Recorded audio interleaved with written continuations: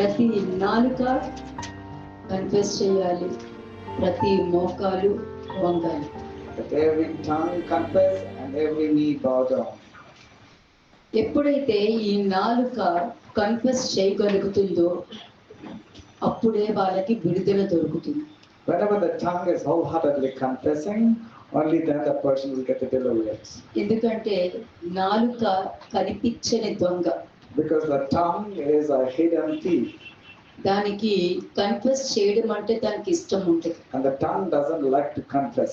నీ వెనకాల ఒక స్వరం అన్నది నీకు వినిపిస్తుంది నీ మార్గం సరళం చేయడానికి, నీ నాలుక మాత్రం వద్దు అని అంటుంది. You will hear a voice behind you to tell you walk in this way, but your tongue will say no, don't walk in that way. నీకు ఒక స్వరము వినిపిస్తుంది అంటే దానికి అర్థము, When you are hearing a voice, what does it mean? నీ మార్గం సరళం చేసుకో. That means make your crooked path straight. దేవుడు కొరకు నీ మార్గం సరళం చేసుకో. That means for the sake of God, make your crooked path straight. ఎప్పుడు గుర్తు పెట్టుకోండి, నువ్వు వాక్యం చదివేటప్పుడు నీకు తెలియని సంతోషం దొరుకుతుంది అని అంటే అందులో నుంచి దేవుడు డైరెక్ట్ గా ముఖాముఖిగా నీతో మాట్లాడడం తెలుస్తుంది. When there is so much of joy when you're reading the word of God, this means that God is directly talking to you. చాలా మంది చదువుతూ ఉంటారు, ఎలాగంటే ఇలా చదువుతూ Many people get distracted or dwindle the eye and look here and there while reading the word. ఎందుకంటే తర్వాత వచ్చి బైబిల్ చదువుతుంటే నిద్ర వచ్చేస్తుందండి. And then they say, whenever I'm reading the Bible, that's when I get. అదే movie చూసేటప్పుడు complete అయ్యే వరకు పడుకోరు. And then when it comes to watching a movie, they ensure that the entire movie or the series is completed. కానీ అది మాత్రం complete చేయాలి. ఒకటే కదా, రెండే కదా, మూడే కదా అని చెప్పి తెల్లవారు 3 గంటల వరకు చూస్తూనే ఉంటారు. This one episode, the second episode, let me see what is in the next episode. They complete the entire episodes. అంటే నువ్వు జీవ గ్రంథం చదివేటప్పుడు ముఖ్యంగా నీ శరీరానికి నీ ఆత్మకి సంతోషం అన్నది నీకు లేకపోతే నువ్వు చదివినా చదవకపోయినా ఒకటి. మరి విత్తనములు విత్తేవాడి గురించి చెప్పేటప్పుడు కూడా విత్తనము ఒక్కొక్క చోట వేసినప్పుడు ఏ విధంగా వాడు వాక్యము వింటున్నాడు, ఏ విధంగా విని సంతోషపడతాడు, సాయంత్రానికి దొంగ ఎత్తుకుపోతూ ఉంటాడు. What happened in the parable of the sower? They read, they then what happens out of excitement, they listen to the word, and then when tribulations come, they just fades away. కొంతమంది చూస్తే ఒక వారం దాకా హ్యాపీగా ఉంటుంది, దాని తర్వాత వదిలేస్తూ ఉంటారు. Some people they are happy for a moment, and when tribulations come, then they fade away. కొంతమంది చూస్తే చక్కగా వింటారు, విన్న తర్వాత ప్రాబ్లమ్స్ వచ్చినప్పుడు దాన్ని మొత్తం పక్కన పెట్టేస్తారు. And many of them, when they hear the word of God, and really the devastating situation comes, then they don't remember the word of God, they also fade away. కొంతమంది ఏమంటే వింటారు, విన్న వెంటనే వాళ్ళు ఆశీర్వదించబడిన తర్వాత వెంటనే ఏమంటారు, పందులు తొక్కినట్టు విన్న వాక్యాన్ని తొక్కి పడేస్తారు. And some of them, while hearing the word of God, they trample the word of God under them, and they come and attack the person who's giving them that. నాకు తెలిసినవి ఒప్పుకోవడం కాదు, నాకు తెలియనివి కూడా ఉన్నాయి అన్నది నేను జ్ఞాపకం పెట్టుకోవాలి. It's not the things that I know, even things which I did not know, I have to know and I have to confess. ఈ విధంగా ఎంత సేఫ్ గా అంటే జీవం కలిగిన దేవుడు చేతిలో పడాలని ఇంటెన్షన్ వచ్చిందనుకో, ఆ జ్ఞానము దేవుడు అనుగ్రహిస్తారు. ఎంత అంటే కంఫర్ట్ గా దేవుడి పక్షమున దేవుడి సైడ్ నిలబడుతున్నావు చక్కగా వెళ్ళి. You're standing on the side of God when you're telling Lord, it is good to fall in your hands rather than falling in the hands of the enemy. నేను మీకు అదే నేర్పిస్తున్నా. This is what I'm teaching you. వద్దు, ఎందుకంటే తెలియనివి తప్పులు ఉండొచ్చు. దేవుడి దృష్టిలో ఎలా ఉన్నామా అన్నది చాలా మంది, కొంతమంది పరీక్షించుకోగలుగుతారు, కొంతమంది పరీక్షించుకోలేకపోతారు. Many people can check how they are in the sight of God. Many people do not even know how to check నిన్ను their నీ sight of God. కుటుంబాన్ని రక్షించుకోండి, ఇదొక్కటే మార్గం, ఇంకేమీ లేదు. If you want to save yourself and your family, this is the only way. అంతే.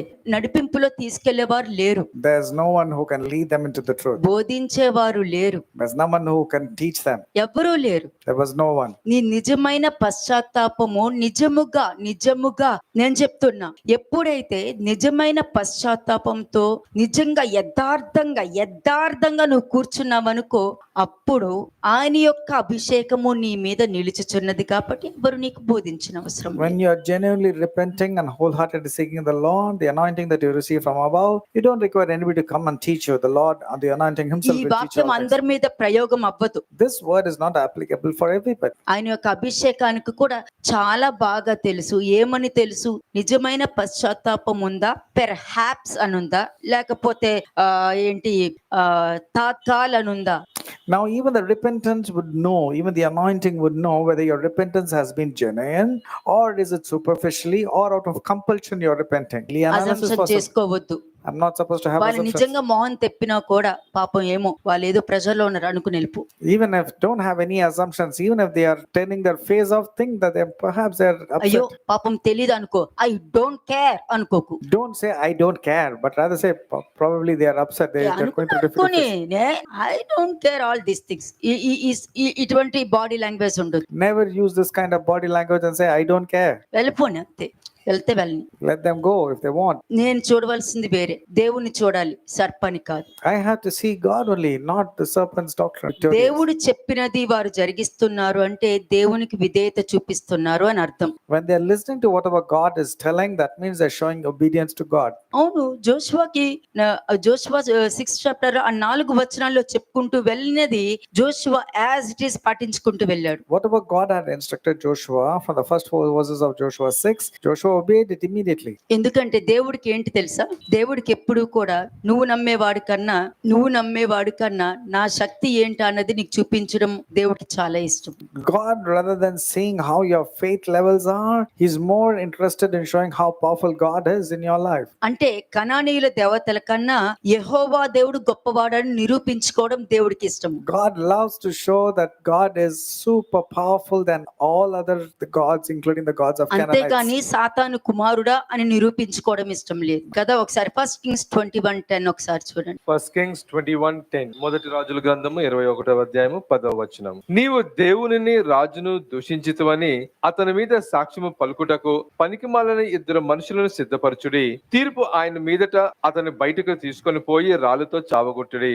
ఎందుకంటే నేను మీకు దేవుణ్ణి దూషించడం అన్నది మీకు క్లియర్ గా అండర్స్టాండ్ చేశాను, అవునా కదా. Yesterday I told you about what are the aspects that people can curse God, or Kada. blaspheme God. అంటే యోబు ఏమన్నారు, నాకు తెలియకుండా నా పిల్లలు ఇటువంటి తప్పులు ఏమైనా చేశారేమో అని అనుకుని తన పిల్లల కొరకు అతను ప్రతి దినము దేవుడితో సమాధాన పడటానికి ఇష్టపడ్డాడు. Now Job was thinking if perhaps the children have committed something which will blaspheme God, so he was offering sacrifice every day. కదా, దేవుణ్ణి దూషించడానికి మిగతా వారిని కూడా ఇన్ఫ్లుయెన్స్ చేయగలుగుతారన్న దానికి ఇంకొక పాయింట్ చెప్పాలని ఈ పాయింట్ తీసుకొచ్చాను నేను. To blaspheme God or to curse God, it's many people who can influence others. So I brought this point forward. అంటే దేనికి, నీవు దేవునిని రాజును దూషించితివని అతని మీద సాక్ష్యము పలుకుటకు పనికి మాలిన 2 మనుషుల్ని సిద్ధపరచుడి అని ఉంది ఇక్కడ. 2 men scoundrels before him to bear witness against him, saying, you have blasphemed God and the king. ఎలా సిద్ధపరుస్తారు?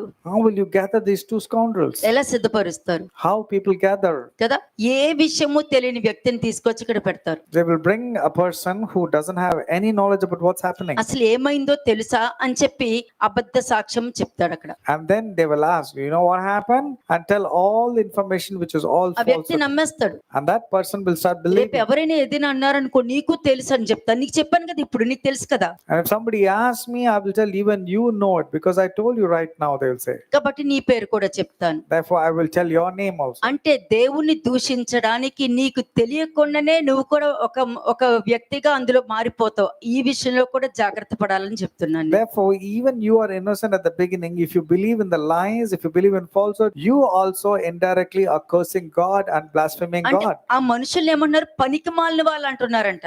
These people are called as scoundrels. Scoundrels అన్న పదం వాడారంటే పనికి మాలిన వాళ్ళు అని అంటే నీ బ్రతుకు, నీ ఘట్టము ఎంత దౌర్భాగ్య స్థితిలోనికి, భయంకరమైన దృష్టత్వంలోనికి వెళ్ళిపోయావు అని అర్థం అక్కడ. That means your vessel, your body and your status has gone to such a detestable, abominable state. దేవుణ్ణి దూషించడము అన్నది ఏంటి తెలుసా అండి, You know మీ ప్రాణాలనే కాదు కుటుంబాన్ని కూడా ప్రమాదంలో పెట్టినట్టు సమానం. ఎవ్వరు నేర్పించరండి ఇది. You're not just bringing yourself into stakes, but you're bringing your entire family's life at stakes నాశనం because of అయిపోతున్నాయి. cursing God, and you're destroying your entire families because of this. అంతే, భార్య బాగుంటే భర్త బాగోడు, భర్త బాగుంటే భార్య బాగోదు. So if the husband is good, the wife is not, and if the wife is వీళ్ళిద్దరు good, బాగుంటే పిల్లలు బాగోరు, and if the both are good, the children are not. పిల్లలు బాగున్నారంటే వీళ్ళు బాగోరు, If the children are good, parents are పిల్లలు not. తల్లి బాగున్నారంటే తండ్రి బాగోడు. someone or the other in the family is not good. పిల్లలు తండ్రి బాగుంటే తల్లి బాగోదు. So somewhere in the families that one person is good and one వీళ్ళందరూ person is good. బాగున్నారంటే మీ రిలేషన్స్ వాళ్ళందరూ వచ్చి ఇలా పొక్ చేసి చంపేస్తారు. And if the entire family members are good, the relations will come and peck them. అంటే ఏదో విధంగా నాశనానికైతే గురవుతూ ఉంటారు. In some way or the other, they are less leading to themselves to అంటే destruction. దానికి అర్థం ఏంటి? What does it mean? అంటే ఒకళ్ళు ఈ మాట అందించారనుకో, ఆ మాట పట్టుకుని వెళ్ళిపోతావు. వీళ్ళు చెప్పారు నువ్వు చెప్పారంటే నిజమే అని అంటారు. Then you will think, see, if I have heard from 3 people, then it must be true. అంతేగాని నువ్వేమనుకుంటున్నావు, You're అది not- నిజమా అబద్ధమా, అది నమ్మొచ్చా నమ్మకూడదా అన్న క్వశ్చన్ నువ్వు వేసుకోవట్లేదంటే దౌర్భాగ్య స్థితిలో ఉన్నది నువ్వా, నీకు సలహాలు ఇచ్చిన వాళ్ళ. Now, when you are believing in the gossip, you're not asking yourself whether it is true or not. So, who is in a detestable state? Yourself or the people who have come and told you this? నువ్వు ఎంతో నిష్ఠగా దేవుని నమ్ముతున్నావు. ఎందుకు నమ్ముతున్నావు నువ్వు? You are believing in God, and why are you ఆయన believing? నిజమైన దేవుడని నమ్ముతున్నావు. ఎందుకు నమ్ముతున్నావు నువ్వు? You're believing that He is the only true God. So, why are you believing it? ఆయన నిజమైన వాడు అని నువ్వు నమ్ముతున్నావు అంటే నీ జీవితంలో ఏదో గొప్ప కార్యం చేస్తారనే కదా నువ్వు నమ్ముతున్నావు You're believing there is a one true God, isn't it? Because you're believing that God is able to do some miracle in కదా. your life. ఆయన నిజమైన వాడే అని నువ్వు నమ్ముతున్నావు, కానీ నీకు మాత్రము నీ దృష్టికి ఏదే కరెక్ట్ అనుకుంటున్నావో అదే చేసుకుంటూ వెళ్తున్నావు. You're saying that God is true and God is able, but you're doing things on your own. నిన్న వాక్యం ఏం చెప్పాను నేను? What was spoken yesterday? దేవుడి నామానికి దూషణ ఏ విధంగా తీసుకొస్తున్నారు అనేది ఒక్కొక్క పాయింట్. నామానికి దూషణ తేకుండా నా నామానికి నేనే ఘనత తెచ్చుకుంటానని వాక్యం చెప్తుంది. That God says that I will bring glorifying my holy name because His name was blasphemed. ఎందుకంటే సాతాను మంచిగా మనుషులకి ప్రేమ కలిగిన మాటలు, నీ చెవికి ఇంపైన మాటలు, పొగుడుతుంటే ఓ మురిసిపోయే మాటలు, నిన్ను పొగుడుతుంటే గొప్పగా అందుకునే చూడండి ప్రతి మీటింగ్ లోను ఒక్కొక్క దైవజనులు వాళ్ళు పొగిడేసుకుంటూ ఉంటారు. Satan loves to flatter people, and that's the reason if you find in the stage with the many pastors, they will be flattering one another pastors. అంతే, వాళ్ళ సాక్ష్యం చెప్పు. Tell their testimonies. ఏంటి వాళ్ళ జీవితం ఏంటి? What is their life? చెప్పులు లేకుండా దావీదు కూడా నడిచాడు. Without footwear, even David was అది walking. సాక్ష్యం కాదు. Now that's not a testimony. అది సాక్ష్యం కాదు. That's not the actual A testimony. విధంగా నీ జీవితంలో మార్పు వచ్చింది? What kind of transformation took A place in your life? బలహీనతల నుండి నువ్వు బయటకు వచ్చావు? How did you come out of your weaknesses? ఏ విధంగా నువ్వు పనికిమాలిన సాక్ష్యంలో లేకుండా దేవుడికి ఇష్టమైన సాక్ష్యంగా ఉన్నావా లేదా? Are you in the list of God or you are counted as a scoundrel? ఇవన్నీ కూడా దేవుడు పరీక్షిస్తూనే ఉంటారు God will keep on examining how you are conducting yourself and how you are guarding your vessel. కదా. అదే విధంగా ఏంటంటే సాతాను ప్రేమ కలిగిన మాటలతో మాత్రమే భ్రమ పెట్టడానికి ఇష్టపడుతూ ఉంటాడు. Likewise, Satan is known for deceptive words and causing you deception. కానీ అది దేవుడికి ఇష్టం ఉండదు. But God doesn't like that character. అంటే ఇక్కడ వాక్యంలో ఏంటంటే నువ్వు దేవునిని రాజును దూషించావు అని ఉంది. ఇదే మాట అపోస్తలు పౌలు కూడా మాట్లాడాడు. ఎక్కడ మాట్లాడుంది? Here it is mentioned that the 2 scoundrels had come and told that you have blasphemed God and the king. Likewise, Paul also told, where did he దేవుని tell? యాజకుల్ని దేవుని అధికారులను దూషించకూడదు అని రాయబడి ఉన్నది కదా అని ఉంటది. తీసి చదవండి. అపోస్తల కార్యము 23వ అధ్యాయము 5వ వచనం. Acts 23:5. అందుకు పౌలు సహోదరులారా, ఇతడు ప్రధాన యాజకుడని నాకు తెలియలేదు, నీ ప్రజల అధికారిని నిందింపవద్దు అని వ్రాయబడి ఉన్నది. అది ఈ వాక్యము అక్కడ అతనికి గుర్తుకొచ్చింది. Here he was able to remember the word of God. అంటే నీకేం గుర్తుకొచ్చింది? దేవుడి వాక్యం గుర్తుకొచ్చింది. అక్కడ అయ్యో వాక్యం ఇలా ఉంది, నేను ఇలా మాట్లాడకూడదు అన్నది గుర్తుకొచ్చింది అపోస్తల పౌలుకి. అది అపోస్తల పౌలులో ఉన్న దైవత్వము, దైవ జ్ఞానము, దైవ నడిపింపు లేని వాళ్ళు సాతాను చెప్పిన మాటలే గుర్తుకొస్తాయి. Apostle Paul had godly knowledge and he was led by the Holy Spirit, and those who are led by the Spirit, they'll remember the word of God. Those who don't remember the word of God, they are not led by God. కదా. అలాగే ఒకసారి 5వ వచనం కూడా చూడండి. 1 Kings chapter 21:5. మొదటి రాజుల గ్రంథం 21వ అధ్యాయము 5వ వచనం. అంతటా అతని భార్య అయిన యెజబెలు వచ్చి, నీవు మూతి ముడుచుకుని వాడివై భోజనము చేయకు ఉండదువేమని అతనిని అడుగగా అతడు ఆమెతో ఇట్లనెను, ఏమని? నీ ద్రాక్ష తోటను క్రయమునకు నాకిమ్ము, లేక నీకు అనుకూలమైన ఎడల దానికి మారుగా మరి యొక్క ద్రాక్ష తోట నీకు ఇచ్చేదనని యెజ్రెయేలీయుడైన నాబోతుతో నేను చెప్పగా అతడు నా ద్రాక్ష తోట నీకు ఇయ్యననెను. అంతే. అంటే ఇక్కడ ఆహాబు ఏంటి, అతను అడిగాడు, అతను అడిగిందా ఏంటి, Naboth ఇవ్వననేసాడు. What Ahab had asked of Naboth politely said it's not possible to give. అది ఇవ్వలేను, నా తరతరాల మా తాత ఆస్తి, అది నేను అమ్మలేనండి అని చెప్తాడు. He said, this has come come from an ancestral property. I'm not in a position to sell that. కానీ ఇతనికి అతను చెప్పేది ఎట్లా ఉంది, ఈగో హర్ట్ అయింది. But Ahab's ego was hurt because he could not get what he wanted. ఒక మనిషి యొక్క ఈగో హర్ట్ అయింది అనుకోండి, అక్కడ నువ్వు ఎంత మంచిగా మాట్లాడినా కూడా మిగతా వాళ్ళకి వేరే విధంగా ప్రజెంట్ చేస్తాడు. When a man's ego is hurt, he గుర్తుపెట్టుకోండి. will always go and misrepresent with words. అందుకనే తొందరపడి మనము ఎవ్వరి మాటలు నమ్మొద్దు. Therefore, we should not judge or believe in any నీకేం words of తెలుసు gossip. వాళ్ళ ఈగో హర్ట్ అయిందో ఏం హర్ట్ అయిందో నీకేం తెలుసు? How do you know whether the person's ego is hurt and he's coming and complaining to you? వచ్చి ఎవరికి చెప్పారు? ఇంట్లో ఉన్న భార్యకి చెప్పాడు He came and told his wife Jezebel. కదా. మరి దీన్ని ఏమంటారు? What will you tell of this? ఆశాబోతుల కర్మ అంటారు. ఆశాబోతులు అంటే ఏంటి తెలుసా? ఆశతో ఉన్న మనుషుల యొక్క కర్మ ఇది కర్మ అంటారు. This is the fate of the covetous people. అంతే, కర్మ వాళ్ళది. This is their fate. అంటే వారి ప్రవర్తన వాళ్ళకి ఒక కర్మ తీసుకొచ్చి పెట్టుద్ది. That means their covetousness will bring them to a వారి detestable fate. ప్రెజెంటేషనే వాళ్ళ నెత్తి మీదకి వచ్చి పడుద్ది. Their presentations will bring them to a wrong place. ఆ కర్మ వాళ్ళే అనుభవించాలి. They have to bear the consequences కానీ of their వాళ్ళకి fate. ఏమనిపిస్తుంది? మిగతా వాళ్ళకి ఇవి అనుభవిస్తారు అని అనుకుంటారు, కానీ వాళ్ళ కర్మకు వాళ్ళు పాత్రులు అవుతారు అనేది వాళ్ళు రియలైజ్ అవ్వరు. These faithful people will think the other people will have to face a bad state, but they don't realize that it's going to come upon them. మరి అటువంటి నమ్మేసిన వాళ్ళు ఏం చేస్తారు? So if you're believing in these words of gossip and lies, what will happen to you? భర్త మాటలు నమ్మి దానికి పరిష్కారం ఏంటో నేను నీకు చూపిస్తాను అనింది. And then she was willing to do something for the husband చూసారా? because she believed in her husband. అంటే ఎవరైనా ఉండనియండి, మీ దగ్గరకు వచ్చినప్పుడు అది నిజమో అబద్ధమో మీరు తెలియకుండా అది నమ్మారంటే మీరే వాళ్ళకి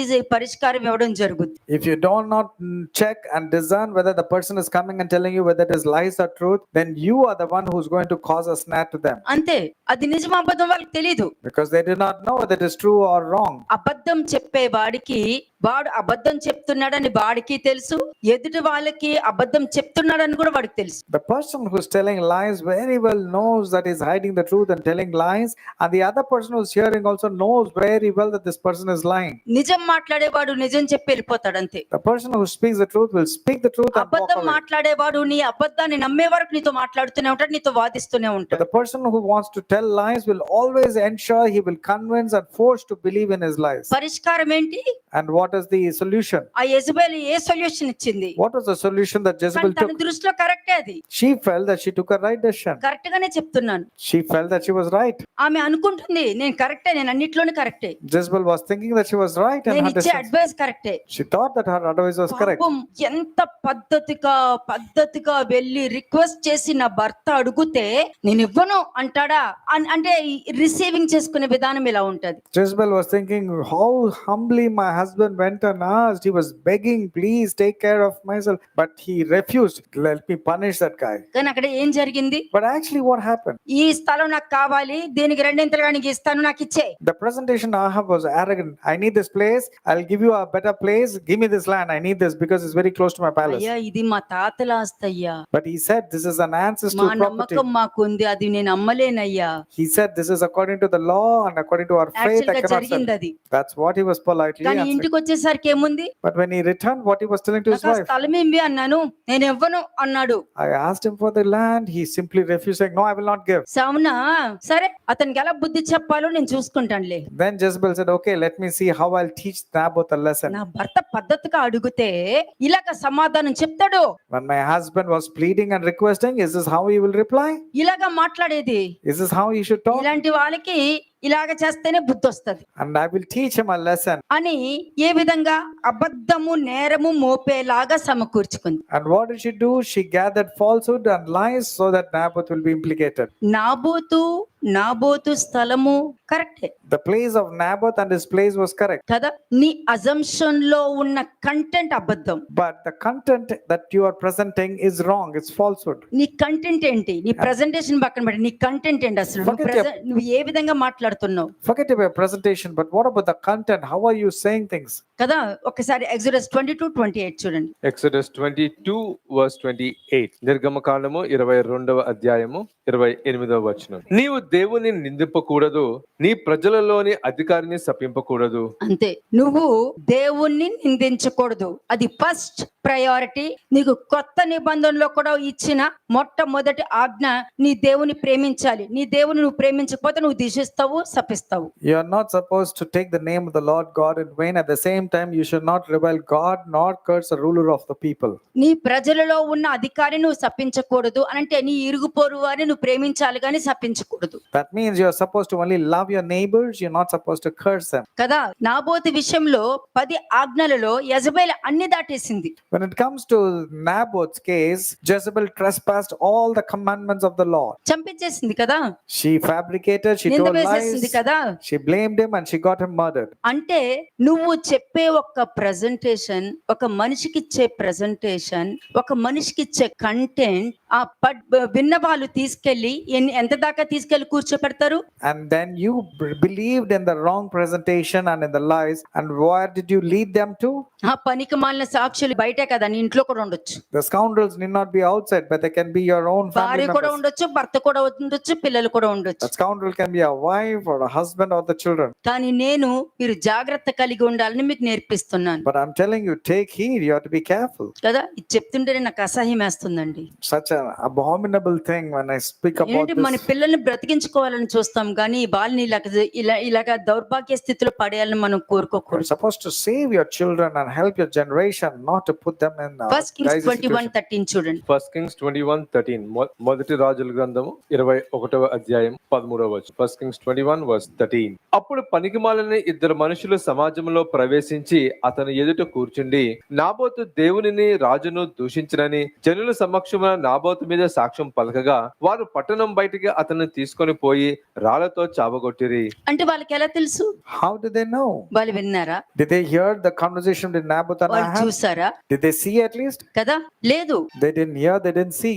ఇప్పుడు నువ్వు ముఖాముఖిగా చూసి బాధపడుతున్నావంటే okay. When you are facing on a face to face and you heard it, then you agreed, it's a different కానీ matter. చెప్పుడు మాటలతో నువ్వు ప్రవర్తిస్తున్నావనంటే ఎదుటి వాళ్ళు కాదు, నీ మీదకే ఆ దోషారోపణ నిరూపించబడటం జరుగుతుంది. But if you're believing in the gossip and believing in the lies, you will be accounted as a transgressor. కదా.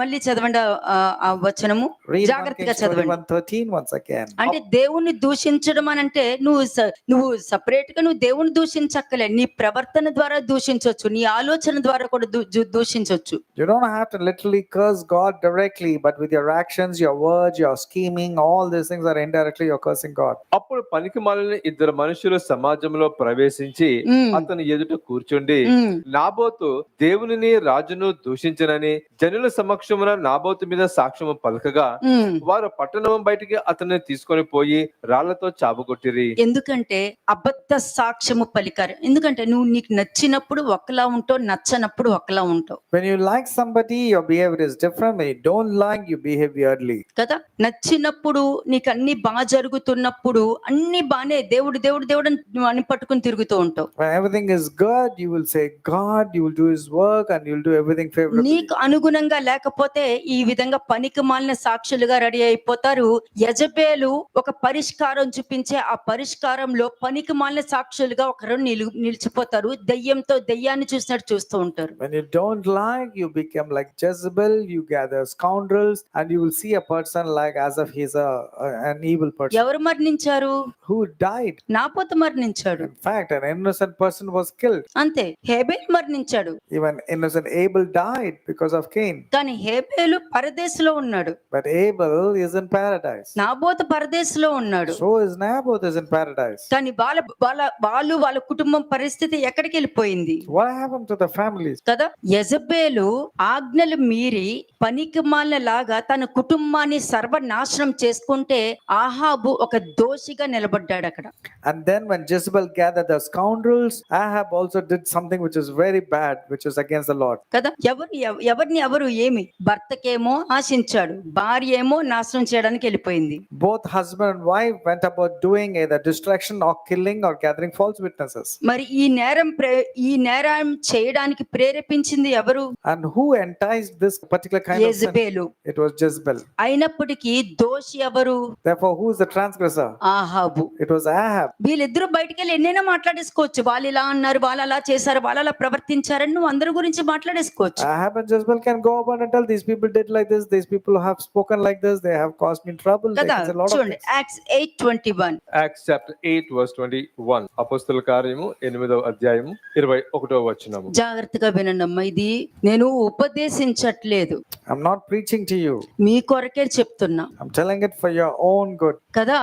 ఎక్కడా కూడా దేవుని దూషించొద్దు, దేవుని యొక్క అధికారులను దూషించొద్దు, చెప్పుడు మాటలు నమ్మొద్దు. మీరు విన్నారంటే వచ్చి కన్ఫర్మ్ చేసుకోండి. Never curse God, never speak bad about the rulers of God. నేను సత్యం believe in చెప్పాననుకో, ఆ సత్యం పట్టుకుని నువ్వు 100 మందికి వెళ్ళి చెప్పొచ్చు. కానీ ఒకడు ఒక అబద్ధం చెప్పాడంటే ఆ అబద్ధం 100 మందికి తెలియనివ్వకుండా జాగ్రత్తగా పడతాడు. And if you want to clarify, come and clarify directly. But if you want to ask a question, it's good. But it's in fact telling lies. Don't go about slandering about the lies. Rather కదా, seek what is the ఇప్పుడు truth. నాబోతుని చంపేశారు అక్కడ. Here, Naboth, an innocent man, was కానీ killed. వచ్చి confirm చేసుకోవాల్సింది, నాబోతు ఏమైంది అని చెప్పి కన్ఫర్మ్ చేస్తే అప్పుడు అతను ఉన్నది చెప్తాడు. ఇంకొకసారి అవకాశం ఇవ్వండి, ఒక్కసారి న్యాయం విమర్శించండి అని ఇంకొకసారి అవకాశం అడుగుతాడు. Jezebel would have probably come and asked, no, but what exactly took place? But she didn't. But she would have discussed this matter. She didn't do అబద్ధము that. ఇంకొకసారి చూడనివ్వదు, నిజం ఇంకొకసారి చూడమని చెప్పుద్ది. Lies will not give a chance for the other person to come and discuss, but truth will give a chance for the other person to talk or అంతే, discuss. ఇదొక్కటే చెప్తున్నాను నేను మీకు. This is how you should think. సత్యము నీకు చెప్పానంటే అది పట్టుకుని 10 మందికి వెళ్ళి నువ్వు చెప్పొచ్చు. If I speak the truth, you can go and tell it to 10 కానీ ఒకరు people. ఒక అబద్ధం చెప్పారంటే ఆ అబద్ధం ఇంకొకరికి చేరనివ్వకుండా నీ నోరు మోయించేస్తారు. But to tell the lies, when they will ensure that they will close your mouth so that you don't go about telling it. ఇక్కడ శుభోతు 21-24. యాక్ట్స్ 8:21-24 అపోస్తల కార్యం 8వ అధ్యాయం 21-24 వచనములు. నీ హృదయము దేవుని ఎదుట సరి అయినది కాదు కనుక ఈ కార్యమందు నీకు పాలు పంపులు లేవు.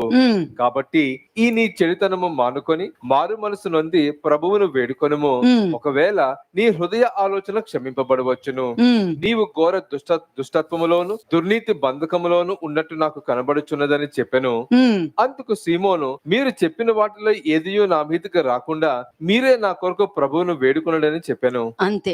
ఇప్పుడు ఒకవేళ నువ్వు వచ్చి కన్ఫర్మ్ చేసినప్పుడు సత్యం తెలిసినప్పుడు, అయ్యో నేను ఇవి నమ్మేశానే, నేను ఇట్లా ఉన్నానే, దయచేసి నా కొరకు ప్రేయర్ చేయండి, ఈ దరిద్రం నుండి నేను బయటికి రావాలని నువ్వు అడగొచ్చు. ప్రేయర్ చేసుకుని దాని నుండి బయటకు వచ్చేసేసి మరలా దేవుని యొక్క సహాయంతో దేవుని కృపతో మరలా నువ్వు బ్రతకొచ్చు. You can again become live when you come and confess and say, I have spoken like this, I thought like this, please help me, I shouldn't have done like that. Then కదా. God will perhaps save you. కాబట్టి ఆదాము అవ్వ చేసిన నమ్మక ద్రోహం ఏంటి? What was the trespass or transgression that Adam and కదా. Eve have betrayed? అంటే ఈ దినములో కూడా దేవునికి మనుషులకి మధ్యలో నమ్మక ద్రోహం చేసింది ఆదాము అవ్వే, యేసుక్రీస్తు ప్రభు కాదు. Adam and Eve are the betrayers, not Jesus Christ. కాదు. ఎవరు నమ్మక ద్రోహం చేస్తున్నారు? Who is betraying? ఆలోచించండి. ఇప్పుడు నువ్వు దేవుణ్ణి నమ్ముతున్నావు అని అంటున్నావు, బాగానే ఉంది అంతా, కానీ దేవుడికి నమ్మకంగా ఉన్నావా, దేవునికి నమ్మక ద్రోహం చేస్తున్నావా అనేది నువ్వు పరీక్షించుకోవాలి కదా. నువ్వు కమ్యూనియన్ తీసుకుంటానికైతే వస్తున్నావు. You are saying you love God, but you need to check whether you are being faithful to God or have you betrayed God. But you are quick in coming and partaking in the communion. అంటే నమ్మక ద్రోహము, Betrayal. నమ్మక ద్రోహము అన్నది దేవుడికి అసహ్యమైన క్రియ. Abomination in the sight of the Lord your God. Betrayals or betrayers or abominations in the sight of the Lord God. అంతే. నువ్వు నీ చుట్టుపక్కల ఉన్న మనుషులకి నమ్మక ద్రోహం చేసిన, అది ఎవరైనా ఉండనియండి, పాస్టర్ అయినా ఉండని, ఎవరైనా ఉండనియండి, ఇక్కడ బోధించే వాళ్ళైనా సరే నేను చెప్తున్నాను, నమ్మక ద్రోహం చేస్తున్నారు అని అంటే తప్పక దాని శిక్ష అనుభవించవలసింది, వేరే మార్గం అన్నది లేదు. If you are known as a betrayer, for sure punishment will come upon you. నీకు నువ్వే పరీక్షించుకో. You need to examine yourself first. ఎందుకంటే నమ్మక ద్రోహము అన్నది క్రిమినల్ తో సమానం అండి. You need to examine yourself. Are you faithful to God? Are you betraying? If betraying means it's a criminal offense. ఈ మనుష్య కుమారుణ్ణి కూడా ఒక క్రిమినల్ లాగా ముద్రేశారు. ఏం చేశారని ముద్రేశారండి? ఏం నేరం చేశారని క్రిమినల్ అని యేసుక్రీస్తు ప్రభు మీద ముద్ర వేశారు. The Jews viewed Jesus Christ as a criminal. In what way was he accounted as a criminal? మనుషులకి ఎలా అనిపిస్తుందో నాకు తెలియదండి. I don't know how man takes it. నేను గాని మీ ప్లేస్ లో ఉండి ఈ వాక్యం, ఇటువంటివి నేను వాక్యం వింటున్నాను అనుకో, If I were in your place and hearing to the sermon, ఈ విధంగా క్రిమినల్ మైండ్ తో ఉన్నాను అనుకో, And if there is a criminal mind or criminal conspiracy, వాక్యం వినటం కన్నా అసలు దేవుని గురించిన మార్గం తెలియకున్నటే మేలని చెప్తాను నేను. more than hearing the word of God, I will say it is good for me not to have నాకు known నేనే the way. పలుకుంటా, నేను పుట్టుకుని ఉండటం మంచిది I అనుకుంటాను. will speak to myself, it is good for me not to have born. ఎందుకని? Why? మనుషులకి దేవుడికి ఉండవలసింది నమ్మకం. మరి నమ్మక ద్రోహం ఎలా ఎంటర్ అయింది? Between God and man, there has to be trustworthiness or loyalty. So where this betrayal came from? యేసుక్రీస్తు ప్రభు వచ్చారు, Jesus నీ Christ కొరకు came. వచ్చారు, Jesus Christ నీ came for your పాపాల sake. కోసం వచ్చారు, He came for your sake and for your sins. క్షమించడానికి వచ్చారు. He came for yourself, your sins, ఇదంతా and to నిజమే. forgive you. All these are true. కానీ నీ క్షమాపణ దొరికిందో లేదో అన్నది తెలియదు. But you're not sure whether you have received the forgiveness or not. అంటే నువ్వు పరీక్షించుకోవాలి. That means you are examining yourself. దేవునికి నువ్వు బలహీనతలో ఉన్నావో బలహీనతల నుండి బయటకు వచ్చేస్తావు. If you are having weaknesses, you can easily come out of your నాకు ఈ weaknesses. బలహీనత ఉంది అని చెప్తావు, దాని నుండి బయటికి రాగలుగుతావు. You will say, I have these weaknesses, and you can come out of it. బలహీనతలతో ఉండేది వేరే, నమ్మక ద్రోహం చేసేది వేరే. Having weaknesses is one aspect, but becoming a betrayer is a dangerous aspect. నమ్మక ద్రోహము అన్నది నువ్వేమి కోర్టుకి వెళ్ళక్కల, పోలీస్ స్టేషన్ కి వెళ్ళక్కలే. నీ హృదయంలో ఒకరి నమ్మక ద్రోహం చేసావంటే నువ్వు క్రిమినల్ తో సమానం దేవుడి దృష్టిలో. If you have betrayed a person, it's equal to a criminal offense in the sight of God. You don't have to go to court, you don't have to do something. పాము కన్నా భయంకరమైన స్వభావ లక్షణాలు మనిషిలో ఉన్నాయి అనంటే విషమున్న పాముతో సమానం ఆ వ్యక్తి. If a person is more cunning than the serpent, that means this person is equal to a venomous serpent. పాము నేను కరవనంటే నువ్వు నమ్ముతావా? If the snake comes and tells, I'm not going to bite you, means will you believe? ఇటువంటి ప్రవక్తన కలిగిన వ్యక్తులు కూడా అంతే. This kind of behavior minded people are also the same. వాళ్ళు నీకు చెప్పేది ఒకటి, చేసేది ఒకటి. They will say one thing and they will do another thing. నువ్వు అడుగుతావు ఎలా ఉన్నావు అని అడుగుతావు. You will ask that person, how are you doing? చావలేదుగా, బతికే ఉన్నానుగా. They'll say, I'm not dead, I'm alive. Don't you see? ఇప్పుడు ఇది జస్ట్ ఫర్ ఫన్ గా ఉండొచ్చు, సరదాగా మాట్లాడొచ్చు, కానీ నాకైతే పాముతోనే సమానం అది. It must be just for fun, you might say, or just a casual one, but then this is నిన్ను equal to a హేతువు serpent. అడిగిన ప్రతి వారికి సాత్వికముతోను ఓపుకుతోను సమాధానం చెప్పాలి. If somebody asks you, you need to politely reply to them. అంతే. అంటే ఇప్పుడు ఇస్కరియోతు యూదాలో ఉన్నది ఏ స్వభావం? పాము స్వభావమే. What was there? What was found in Judas Iscariot's character? It was a serpent's character. Okay, Jeremiah 9:4 and 5 జాగ్రత్తగా తీసి చదవనమ్మా. Jeremiah chapter 9 verses 4 and 5. ఇర్మియా 9వ అధ్యాయము 4-5 వచనములు. మీలో ప్రతివాడును తన పొరుగువాని విషయమై జాగ్రత్తగా ఉండవలెను. ఏ సహోదరుని నమ్మకుడి. నిజముగా ప్రతి సహోదరులను తంత్రగొట్టియు తన సహోదరుని కొంపముంచును. ప్రతి పొరుగువాడును కొండెములు చెప్పుటకై తిరుగులాడుచున్నాడు. సత్యము పలకక ప్రతివాడు తన పొరుగువానిని వంచించును. అబద్ధములాడుట తమ నాలుకలకు అభ్యాసం చేసి ఉన్నారు. ఎదుటివాని తప్పులు పట్టవలనని ప్రయాసపడుదురు. వాళ్ళ ప్రయాస ఏంటి? అది కన్ఫర్మ్ అని చేయడానికి ప్రయాస పడుతుంటారు. And these people, these betrayers, to convince others, they go to any extent to rub their information upon them. వినడానికి మీకు అసహ్యంగా ఉందా లేదా? How is it while hearing it? అప్పుడు మీరు పైకి పలకండి, ఇది అసహ్యంగా ఉంది, ఇది నా దగ్గరికి రావద్దు. అలాగే పలుకు, ఇది అసహ్యంగా ఉంది. అంతే. నమ్మక ద్రోహము అన్నది నువ్వు దేవుడికి చేస్తున్నావని కాదు. Betrayal is not against God నువ్వు alone. పక్కన మనుషులకి చేస్తున్నా కూడా నమ్మక ద్రోహమే When you're doing it to your neighbor, it's betraying God. కదా. దేవుడి చిత్తం కన్నా నీ చిత్తం జరగలేదని చెప్పి నువ్వు బాధపడుతూ ఉంటావు. More than God's will, your will was not conducted or happened, so you are grieved about it. మరి సాతాను కూడా అదే బాధపడుతున్నాడు Even Satan also is bothered about that. కదా. అందుకే అపోస్తలు పౌలు ఏమన్నాడు? సాతాను తంత్రములు ఎరిగిన వారము కామా అని అన్నాడు. That's the reason Apostle Paul says, I do know the wicked schemes of the నీ devil. దగ్గరకు వచ్చి నీకు తెలియని విషయాలు ఏవైనా ఒకరు విచిత్రంగా మాట్లాడుతున్నారు అని అంటే, అమ్మో సాతాను తంత్రములు ఎరిగిన వారము కామా, మనం ఈ విషయంలో జాగ్రత్తగా ఉండాలి. If somebody is coming and telling you a slanderous thing or gossip, you should know. We have to know about the wicked schemes of the devil. This person has become like that. అంతే. ఈజీగా నువ్వు గుర్తుపట్టగలుగుతావు. You can easily identify them. అంటే స్నేహితులు, కుటుంబ సభ్యులు ఒకరినొకరు మోసగించుకోవడం అన్నది ఇక్కడ కనబడుతుంది. Friends and family members easily have become betrayers. ఎవరికి జరుగుతుంది ఈ conversation? But this conversation is between whom? ఎవరికి? ప్రవక్తకి, దేవుడికి జరుగుతుంది. It's between God and the prophet. ఇర్మియాతో చెప్తున్నారు, మోసము మధ్యలో మనం ఉన్నాము. And to Jeremiah, the Lord is telling, we are there in the midst of slanderers. మోసము మధ్యలో నువ్వు నేను ఉన్నాము. We are in the midst of the deceivers. నీకు చెప్తున్నాను, నువ్వు వెళ్ళి ఇలా పలుకు అని. But God is telling the prophet, నువ్వు go వెళ్ళి and speak పలుకుతున్నావు, వాళ్ళు వినట్లేదు, వాళ్ళు ఇష్టంగా వెళ్ళిపోయి నీ మీదే నిందలేస్తున్నారు You go and speak to them, but they're not listening to you. In fact, they are blaming you for their downfall. కదా. మనుషులు మోసపూరితులని, వారి మోసమే దేవుణ్ణి ఆయన వాక్యానికి బుద్ధిపూర్వకంగా తిరస్కరిస్తున్నారని ఇక్కడ మాట్లాడుకుంటున్నారు. Yeah, clearly, these people are slanderers and deceivers, and they don't want to come to the right sense or knowledge of God. బిట్రాయల్ అంటే ఏంటి తెలుసా? You know what's the meaning of betrayal?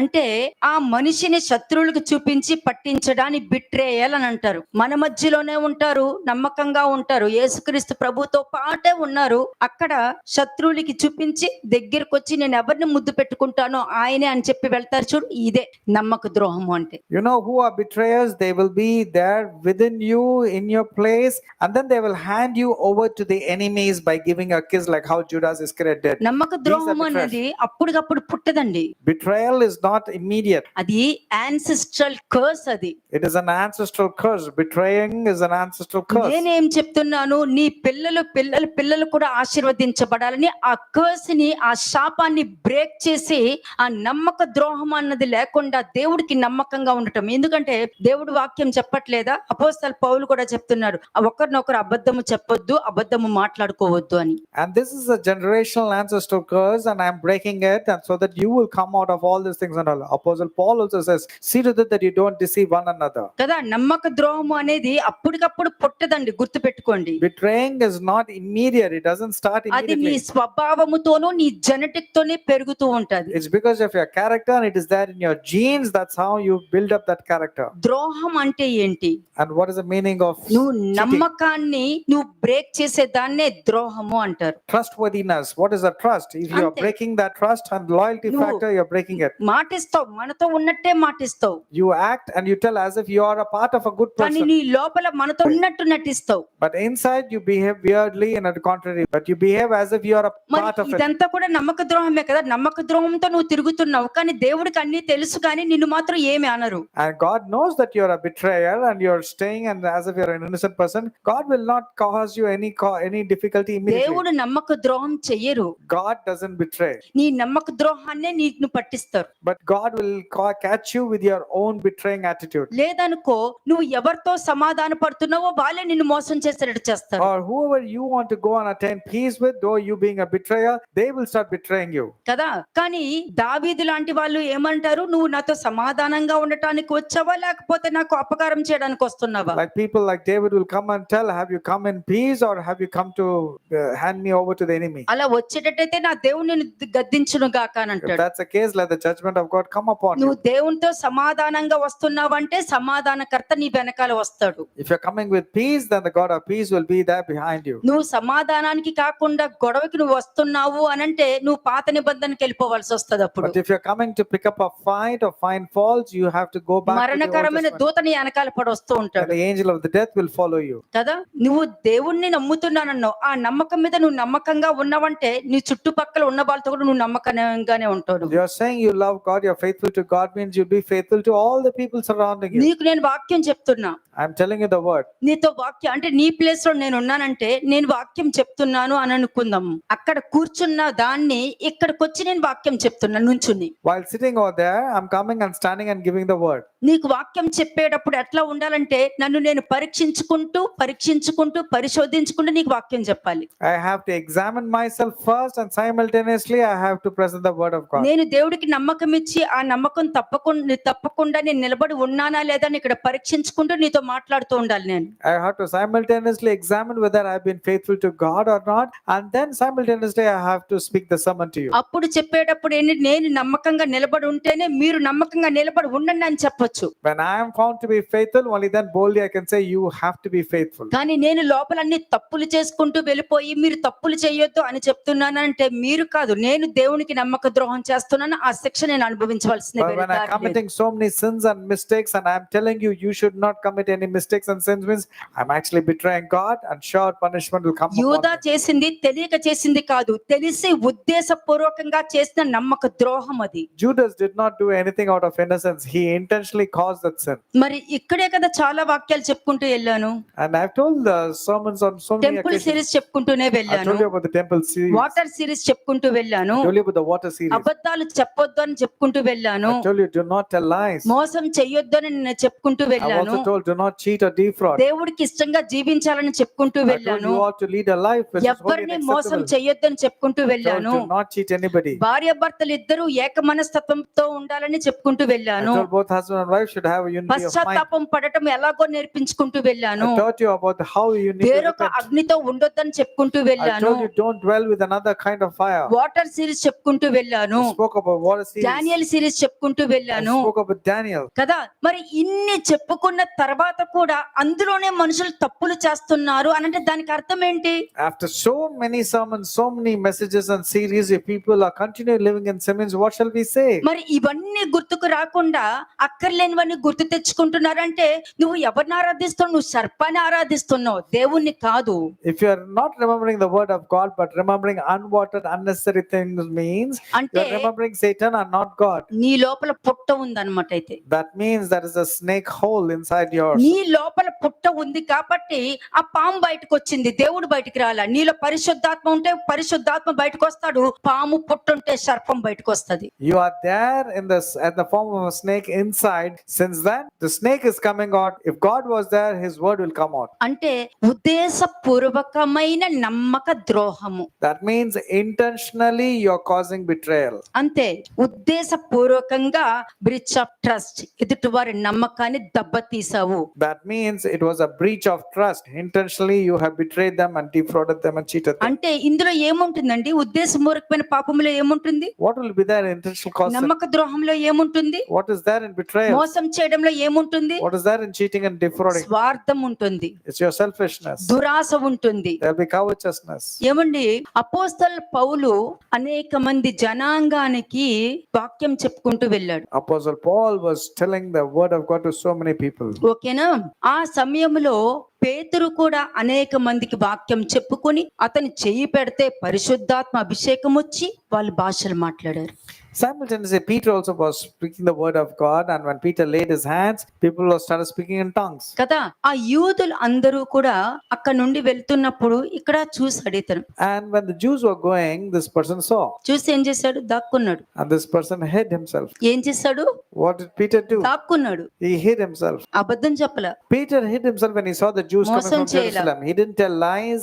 He didn't do any cheating. మోసం చేయలా. He didn't cheat anybody. ఎవరిని manipulate చేయలా. He did not manipulate. ఎవరిని మోసం చేయలేదు, ఎవరికి అబద్ధ సాక్ష్యం చెప్పలా. He did not manipulate. He did not cause false witness. He did not దాక్కున్నాడు. cheat. He simply avoided. He got it from that place.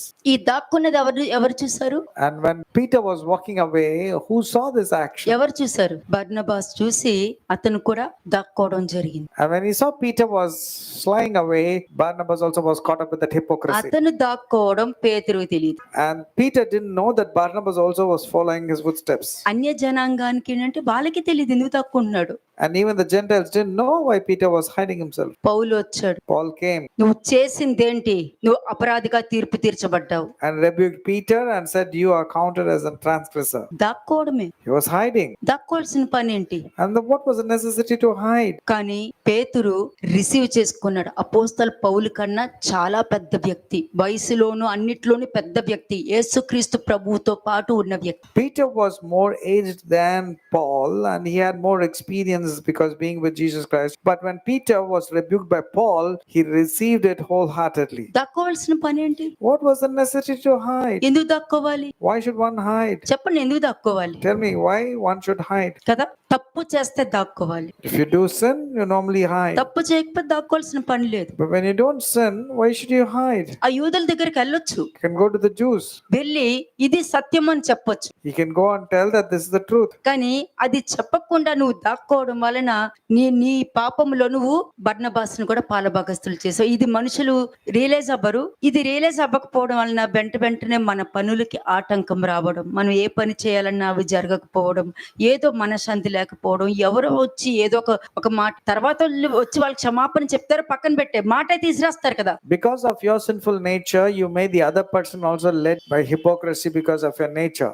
అంటే ఈ బాధ కూడా నీకెందుకు వచ్చింది? ఆ రావడానికి కారణం కూడా నువ్వు ఆలోచించాలి. But because of your hypocrisy and you made other person a hypocrite, you will have problems over problems. Why did this problem comes? It's all because of your attitude. వెంటనే నెక్స్ట్ వెంటనే ఏం చేశాడు? వెళ్ళడము, వాళ్ళ దగ్గరికి వెళ్ళి దేవుడు ఏం చేశారు, దేవుడు ఏమి చేయగలుగుతారు అని ఉన్నది ఉన్నట్టు అక్కడ వాళ్ళకి ప్రకటించడం జరిగింది. The moment Peter was rebuked, he went back to the same place and he apologized in front of everybody openly. అక్కడ ఆ యూదులతో మాట్లాడాక వాళ్ళందరూ కూడా దేవుణ్ణి యాక్సెప్ట్ చేశారు. And when he spoke to the Jews, even the Jews accepted నువ్వు Christ. ఎవరిని చూసి భయపడ్డావో అదే వాళ్ళ దగ్గరికి వెళ్ళి సత్యం చెప్పేసరికి వాళ్ళు రక్షించబడలా. Now you are afraid of certain people, but when you went and told them the same thing, were they not saved because of your truthfulness? నీ ప్లేస్ లో నేను ఉన్నాను అనుకో, If I were you, ఇది నేనేం చేస్తాను, ఓ ఇంత జరిగిందా కాబట్టి నేను ముందుగానే జాగ్రత్త పడతా. I will take extra precautions so that I don't land myself in the same way. పరపక్షమందు ఉన్నవాడు చెడ్డ మాటలు నా మీద పలకకుండా నన్ను నేను జాగ్రత్త పెట్టుకుంటా. నేను ఇది చేస్తా, అయినా కూడా వాళ్ళు పలికితే అది నాకు సంబంధం లేదు. I will see to that the people surrounding me will not blaspheme the name of the Lord and not give a bad name. Satan చెప్పొచ్చు, Satan can say so many things. Satan చెప్పొచ్చు, వాళ్ళు చేశారు కాబట్టే కదా నువ్వు మాట్లాడావు. Satan can say because they did only right, you are speaking. వాళ్ళు అలా ఉన్నారు కాబట్టి కదా నువ్వు మాట్లాడితే నువ్వెందుకు మాట్లాడుతావు అని సాతాన్ యొక్క స్ట్రాటజీ ఇది గుర్తు పెట్టుకోండి. నువ్వేం తప్పు చేయలేదు, తప్పు చేసావని ఎందుకు అనుకుంటావు? ఇదంతా కూడా సాతాన్ యొక్క స్ట్రాటజీ. ఇది తెలియకుండా అది సాతాన్ అన్నది నీకు మనిషి లోపల నుండి రావచ్చు, నీ ఇంట్లో ఒక దోమలా కూడా రావచ్చు అని చెప్పేసాను మీకు. Satan's strategy is very cunning and shrewd. He'll come and tell there's nothing wrong. What is this? Everybody have done the same kind of mistakes. You don't have to go and apologize. అంటే ప్రతి నమ్మక ద్రోహం వెనకాల ఏముంది? స్వార్థం, దురాశ, సత్యాన్ని తప్పుదారిలో పట్టించడానికి ప్రేరేపిస్తూ ఉంటుంది. Selfishness, covetousness, and hiding the truth and telling the lies and catching people in hypocrisy. All these things can be found in betrayal. అంటే ఇవన్నీ పెట్టుకుని ఎలా కమ్యూనియన్ తీసుకుంటాం? Having this betrayal kind of attitude, how can okay, you మీకు partake in ఒక communion? వచనం చూపిస్తాను నేను. ఎక్సోడస్ 24:1-8 చదవండి. ఎక్సోడస్ 24:1-8. నిర్గమకాండం 24వ అధ్యాయము మొదటి 8 వచనములు. మరియు ఆయన మోషేతో ఇట్లా, నేను నీవును అహరోనును నాదాబును అబీహును ఇశ్రాయేలు పెద్దలలో 70 మంది యెహోవా యొద్ద ఎక్కి వచ్చి దూరమున సాగులు పడుడి. మోషే మాత్రము యెహోవాను సమీపింపవలను, వారు సమీపింపకూడదు, ప్రజలు అతనితో ఎక్కి రాకూడదు. మోషే వచ్చి యెహోవా మాటలు అన్నిటినీ విధులన్నిటినీ ప్రజలతో వివరించి చెప్పెను. ప్రజలందరూ యెహోవా చెప్పిన మాటలన్నిటి ప్రకారము చేసేదమని ఏక శబ్దముతో ఉత్తరం ఇచ్చిరి. మరియు మోషే యెహోవా మాటల అన్నిటినీ వ్రాసి ఉదయమందు లేచి ఆ కొండ దిగువన బలిపీఠమును ఇశ్రాయేలు 12 గోత్రముల చొప్పున 12 స్తంభములు కట్టి ఇశ్రాయేలులో యవనస్తులను పంపగా వారు దహన బలులను అర్పించి యెహోవాకు సమాధాన బలులుగా కోడెలను వధించిరి. అప్పుడు మోషే వాటి రక్తంతో సగము తీసుకొని పల్లెములలో పోసి ఆ రక్తములో సగము బలిపీఠం మీద ప్రోక్షించెను. అతడు నిబంధన గ్రంథమును తీసుకొని ప్రజలకు వినిపింపగా వారు యెహోవా చెప్పినవన్నీ చేయుచు విధేయులమై ఉందుమనిరి. అప్పుడు మోషే రక్తము తీసుకొని ప్రజల మీద ప్రోక్షించి, ఇదిగో ఈ సంగతుల అన్నిటి విషయమై యెహోవా మీతో చేసిన నిబంధన రక్తము ఇదే అని చెప్పెను. అంతే, ఇదే మీకు హెబ్రీయులకు రాసిన పత్రిక ఏముంటుంది?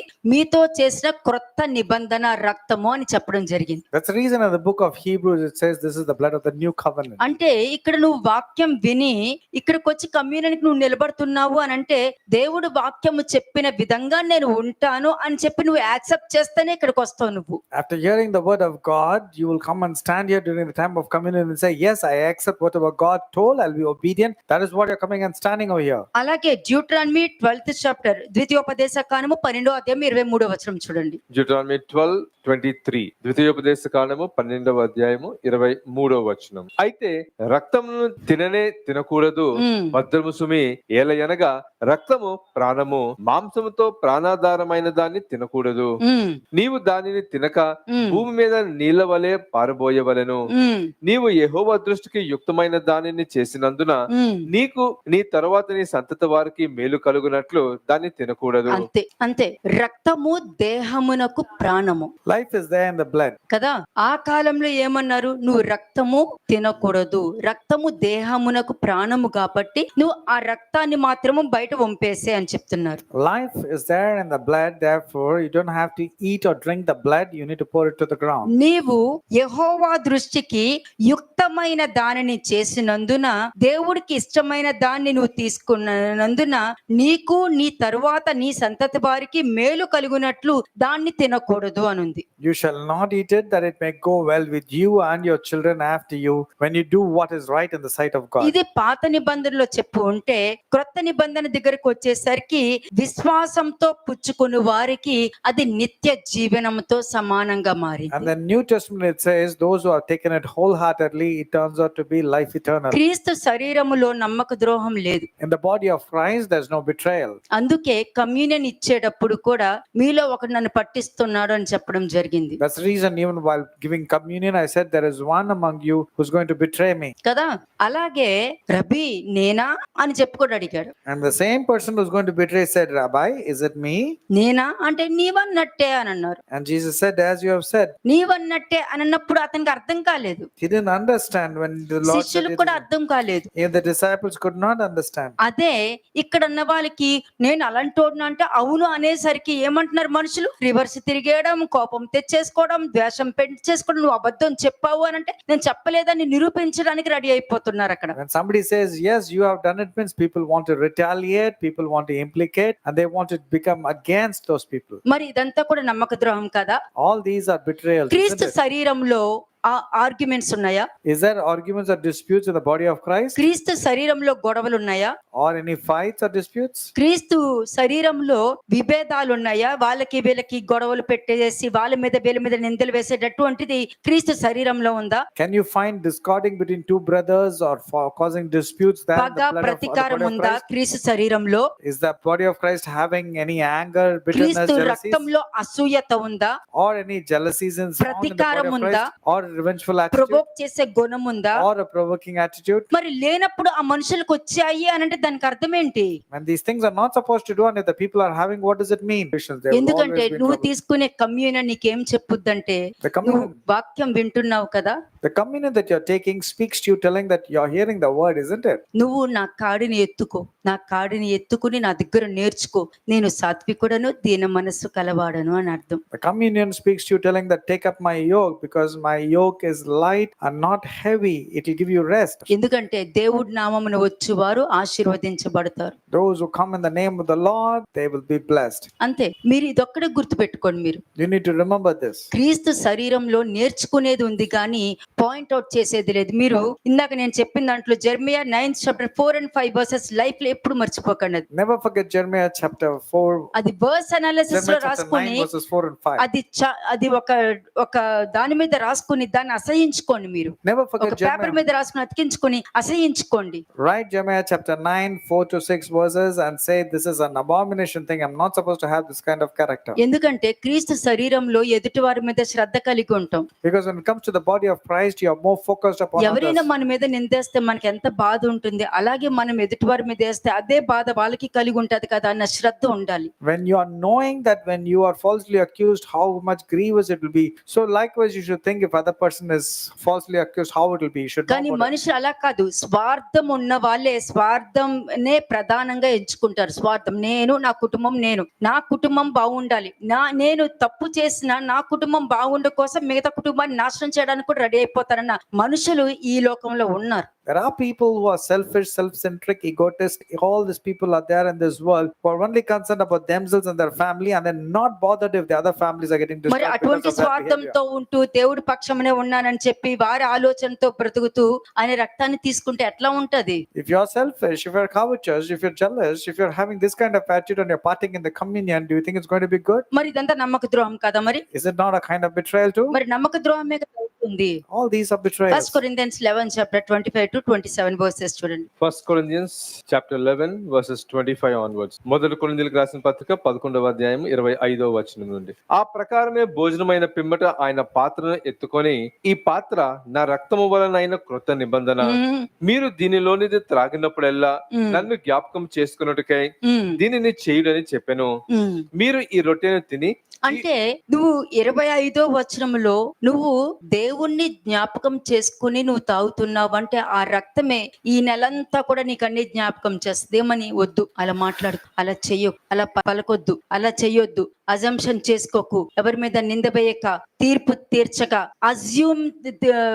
అజ్యూమ్ జడ్జిమెంట్స్ ఇవ్వమాక అన్నది ఆ రక్తం నీతో మాట్లాడుతూ ఉంటది. When you remember in this way and partake in the communion, then the blood of Jesus Christ will keep on reminding you every month, telling that don't say like that, don't do like that, don't ఆ do రక్తం which is ఏమి about- జ్ఞాపకం It will remind చేస్తది you of all the things pertaining to the word of God. కదా? తీర్పు తీర్చు మనుషుడా, నువ్వు ఎవ్వడివైనను సరే నిరుత్తరుడివై ఉన్నావు, ఎదుటి వాళ్ళ మీద తీర్పు తీర్చు, నీవు అదే పనులు నువ్వు చేస్తున్నావు కదా, లేకపోతే ఒకప్పుడు అలా అదే విధంగా చేసావు కదా అని తీర్పు మాట్లాడుద్ది. Romans 2:1 talks about the same thing. Oh man, you are inexcusable. Whom you are judging, don't you judge yourself? When you're judging others, don't you do the same things also? Next 1 Corinthians మీరు 11. మీరు ఈ రొట్టెని తిని ఈ పాత్రలో నుంచి త్రాగినప్పుడల్లా ప్రభువు వచ్చే వరకు ఆయన మరణమును ప్రచురించుదురు. క్రీస్తుని జ్ఞాపకం చేసుకోవడానికి. Next Verse 27. కాబట్టి ఎవడు అయోగ్యంగా ప్రభువు యొక్క రొట్టెను తినునో లేక ఆయన పాత్రలోనిది త్రాగునో వాడు ప్రభువు యొక్క శరీరమును గూర్చియు రక్తమును గూర్చి అపరాధి అగును. అంతే. అంటే ఏముంది ఇక్కడ? వాక్యం ఉంది కదా, మరి ఇక్కడ చెప్పొచ్చు కదా, యేసుక్రీస్తు నీ పాపం కోసం మరణించారు, ఇంకా నీకు ఏ పాపము నీలో లేదని. ఎక్కడైనా బైబిల్లో ఈ వాక్యం ఉందా?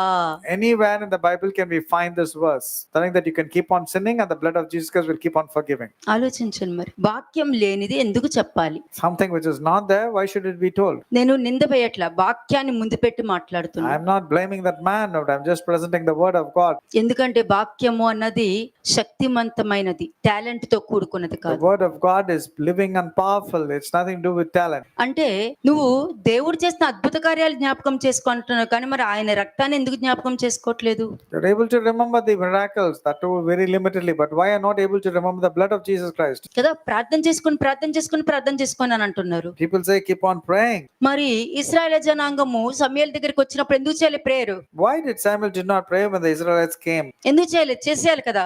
Why Samuel did not pray immediately వాళ్ళు when the ఎందుకు Israelites came? వచ్చారు, దేనికి వచ్చారు, నువ్వు ఏం తప్పు చేసావు, ఏ పాపం చేయడం వల్ల ఇవన్నీ పరిస్థితులు నీకు వచ్చా, ఏం చేసావు అని వాళ్ళని అడిగి వాళ్ళు బయట పెట్టి వాళ్ళు ఒప్పుకున్న తర్వాతనే అప్పుడు అంటాడు, మీరు పశ్చాత్తాప పడ్డారు కాబట్టి మీ కొరకు నేను ప్రార్థన చేయకపోతే నా ప్రార్థన పాపం అవుతుందని చెప్తాడు. అప్పుడు When the Samuel. Israelites were specifically telling about how they sinned, how they thought, how they enacted and caused grief to God, then Samuel said, it will be a sin if I don't pray for మరి you. ప్రతి వాళ్ళు చేయి పెట్టేస్తారు నెత్తి మీద, People are very quick in laying hands on the వాళ్ళు other person. చేయి పెట్టేస్తారు, మన వాళ్ళేమో బుర్రలు పెట్టేస్తారు. And they keep their hands and we are very good in giving అంతే, our ఇలా heads. పెట్టడం ఆలస్యం, వెళ్ళిపోవడమే. The moment the person lays their hands, they ఎందుకు immediately close their అలవాటు hands. ఎందుకు అని అంటున్నా? Why that kind of that attitude or నువ్వు habit? వాక్యం వినేటప్పుడే నీ మీదకి ఆ ప్రొటెక్షన్ వచ్చి ఉంటది. The moment you hear the word and you're transforming, the word of God comes to చెయ్యి protect you. పెట్టే వాళ్ళు ఎలా ఉంటారు నీకు తెలుసా? You know what kind of life that హస్త person is having. నిక్షేపణ విషయంలో జాగ్రత్త పడుడి, నీ పొరుగు వాని పాపములో పాల భాగస్తులు అవ్వకుండా జాగ్రత్త పడుడి అని లేఖనం చెప్తుంది. Paul was telling to Timothy, be careful when it comes to the laying of hands, so that the other person's నీ మీద sins will చేయి not come upon పెట్టేవాడు you. బ్రతుకు నీకు తెలుసా? Do you know the life of the person who's laying his వాళ్ళ hands జీవితం upon you? నీకు తెలుసా? Do you know their lives? వాళ్ళ వెనకాల ఏమున్నాయో మీకు తెలుసా? Do you know what kind of person he is? కదా, ఏ ప్రవర్తన ఉందో మీకు తెలుసా? Do you know what kind of behavior he A has? బూతులు ఉన్నాయో మీకు తెలుసా? What do you know about his A life? చీకటి రాజ్యం ఉందో మీకు తెలుసా? Do you know about his secret dark మీకు life? తెలీదు. You do not know. కాబట్టి నువ్వు చేసుకో, నా దేవుడు నా ప్రార్థన ఆలకించాలని కూడా వాక్యం చెప్తుంది. అంటే ఒక్కొక్క విషయంలో ఏ సమయంలో ఏ విధంగా వాక్యం తీసుకోవాలి, ఏ విధంగా ప్రార్థన చేయాలి, ఏ విధంగా వెళ్ళాలి, ఏ విధంగా అడగాలి అన్నది నీకు తెలిసి ఉండాలి. You should know all these things, where and how to use the word of God, because in another part of the scriptures he says, my God hears me. So why is it you're not quoting that particular part of the scripture? 27వ వచనంలో ఏముంది? అపరాధి అగును అని ఉంది. In 27th verse, what it says? It will come up 28వ to- వచనంలో ఏముంది? What is that in verse 29? Verse 28. కాబట్టి ప్రతి మనుష్యుడు తను తాను పరీక్షించుకొనవలెను, అలాగు చేసి ఆ రొట్టెని తిని ఆ పాత్రలోనిది త్రాగవలెను. అంటే Verse ఫస్ట్ 29. ఏంటి? అపరాధులు అవుతారు, జాగ్రత్త.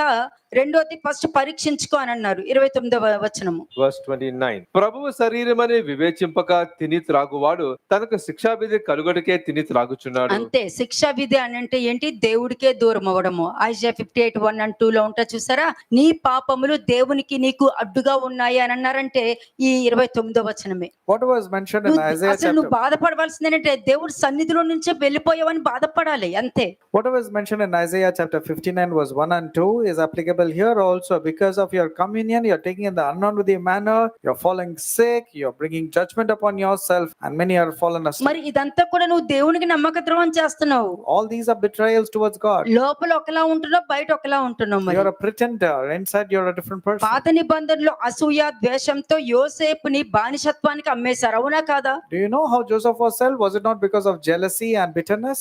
కదా, ఇవన్నీ జరిగేసాయి, జరిగిపోయాయి. దేవుడు ఆపచ్చు కదా అని మనం క్వశ్చన్ వేయలేము. అది మనం నేర్చుకోవడానికి. అది All this took place. You could have told why God could have stopped it. Yes, God allowed it. కదా, ఈ క్వశ్చన్స్ మనకు వస్తున్నాయి అని అంటే సాతానే, ఇంకెవ్వరు రారు. When these kind of negative questions are coming means yes, Satan is there. It's not God. అసూయత ద్వేషంతో యోసేపుని ఏం చేశారు? గుంటలో పడేసి బానిసత్వానికి అమ్మేశారు. And because of jealousies and bitterness, his brothers sold Joseph and put him into the pit and నీలో sold him A as a తప్పు slave. లేకుండా శత్రువుకి అప్పగిస్తే, If there is no fault of yours and they hand you over to నీలో the A enemies, తప్పు లేకుండా నీ జీవితాన్ని పాడు చేయాలని అనుకుంటే if there is no fault of yours and they want to spoil your life, ఏమవుతుంది? what happened then? ఏ తప్పు చేయలేని యోసేపుని జ్ఞాపకం చేసుకో. And remember Joseph, who has not committed any A sin. తప్పు చేయని నువ్వు, ఏ పాపము చేయని నువ్వు, ఏ దోషము చేయని నువ్వు, ఏ పాపము చేయని యోసేపుని జ్ఞాపకం చేసుకో. నువ్వు చాలు. Since you have not committed any sin or harmed anybody, you remember Joseph likewise. That is sufficient. కదా, అంటే ఆ ద్రోహం మధ్యలో యోసేపు ఉన్నాడు. That means even in the midst of the betrayal, Joseph was there and he came out clean. నీ మీద పడిన ద్రోహం మధ్యలో యోసేపు ఉన్నాడు, దేవుడు కూడా ఉన్నాడు. Both Joseph and God is there when you are also betrayed and handed over to the enemies. అందుకనే దేవుని రాజ్య పరిపాలన యోసేపుని ఈజిప్ట్ లో నాయకుడిగా నిలబెట్టింది. That's the reason why Joseph become the right hand of the king. అనుభవ జ్ఞానంతో చెప్తున్నానండి. I'm speaking out of experience. ఇది సత్యం మాట్లాడుతున్నాను And నేను. I'm speaking only the truth. ఎన్ని నిందలైనా రా, Let any blame come. ఎటువంటి అయినా రాని, Let it come of any నీలో magnitude. పాపం లేనప్పుడు, దోషం లేనప్పుడు, ఏ నేరం లేనప్పుడు యోసేపు లాగా ఉన్నావంటే నువ్వు మాత్రమే గొప్పగా నిలబడగలుగుతావు. When there is no sin, transgressions, iniquities in you, you can lift up your hand నిన్ను and you will నమ్మిన be వారు కూడా escalated అదే into the- స్థాయిలో ఉంటారు. And whoever believes in you, they also will be like that. అంతే. only. యోసేపుని గుర్తుపెట్టుకో. Remember Joseph, what happened to him. అసూయత, పగ, ప్రతీకారంతో ఉన్న అన్నలు చేసిన ఆ గుంటలో పడివేయడం చేసేసిన అటువంటి బాధ దుఃఖంలో కూడా అతనిలో ఏ తప్పు లేదు కాబట్టి దేవుడు అతనికి తోడుగా ఉండటం కనబడింది మీకు. There was no fault that can be found in Joseph, though he was betrayed, though because of jealousies, bitterness, vengeance, his brothers sold him as a slave. God was there with him, and that's the reason he was అతనేమి నమ్మక escalated. ద్రోహం చేయలేదే Joseph did not betray. కదా. వాళ్ళ అన్నలు అనుకున్నారు, మనం ఇలా చేసామని చెప్పి అతను కూడా మన మీద ఇట్లా చేస్తాడా, మన మీద పగ తీర్చుకుంటాడా అని అనుకున్నారు వాళ్ళు. In Genesis chapter 50, the brothers were thinking, now their father died, will Joseph take vengeance against us? కానీ మ్యానిపులేటర్స్ ఏమనుకుంటారు? What will manipulators think? నేను అంత చేస్తే నన్ను ఇలా అన్నారు అని అంటాడు. Manipulators will say, I did so many good things for those వాళ్ళకి people. Look what- యోసేపు అన్నలకి తేడా ఉండదు. There's no difference between the brothers of Joseph and that betrayal of అలాగే manipulators. దావీదు బెత్షెబా కూడా ద్రోహమే. మరి Whatever happened in the case of David and Bathsheba దేవుని is స్వంత betrayal. స్వంత హృదయానుసారుడు Because David was a man after God's own heart. కదా.